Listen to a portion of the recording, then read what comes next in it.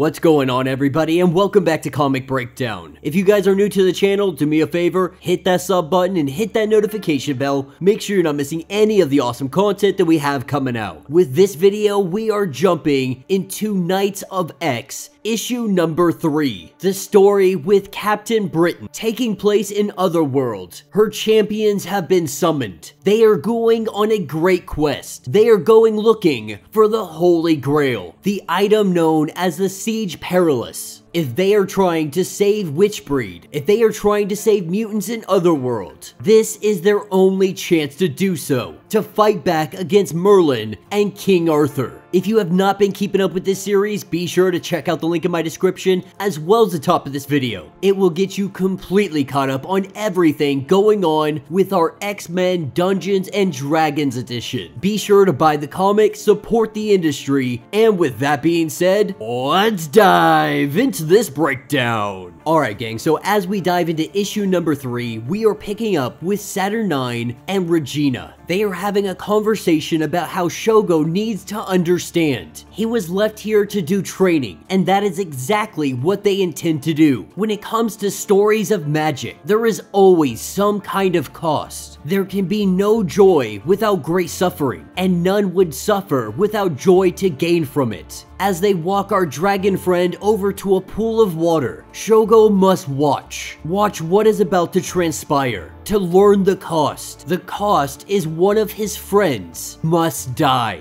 And that's what throws us into the Crooked Market. Captain Britain's champions, they have split into 2 teams. Gambit leading this team, they are trying to take on Furies, attacking the Crooked Market and everybody inside as they do their best to reduce civilian casualties. We see Megan get hit and she goes nuclear, creating a tornado and taking this Fury and throwing it all the way back to where it came from. With this situation temporarily under control, we are seeing that Rachel is getting great praise, believing that she is a goddess that said was gonna come, a prophecy that the people believe in. Now Rachel, she wants to go back, regroup with Betsy and everybody else before they go try and rescue Jim. Of course, we have Gambit, who is greatly opposed to this idea, that he is a mutant, he is being held captive, we have no other choice but to go do so, to rescue him right here, right now. Now this discussion, it doesn't really matter, because right now, they are marching him out into the open, and they are about to execute him. Jim Jaspers is about to lose his life. This is to send a message that even directly in front of the X-Men, there is nothing that they can do to stop King Arthur and the others. That all Witchbreed is going to burn, and they will burn you right in front of your strongest people. Obviously, our champions not gonna go silently into the night. They make a full-scale attack.